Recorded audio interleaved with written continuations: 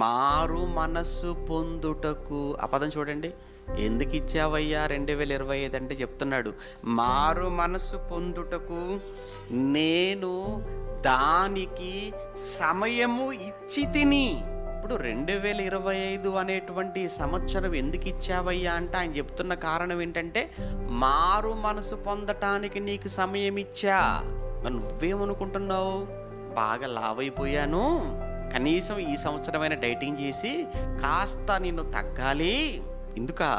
లేదా మొత్తం అంతా తెల్లగైపోతుంది జుట్టంతా, కానీ ఈ సంవత్సరమైన కొన్ని జాగ్రత్తలు తీసుకొని మొత్తం కూడా వితౌట్ కలరు చక్కగా న్యాచురల్గా ఇదంతా కూడా బ్లాక్ అయిపోవాలి, దీనికోసం చక్కగా ప్లాన్ చేసుకోవాలి.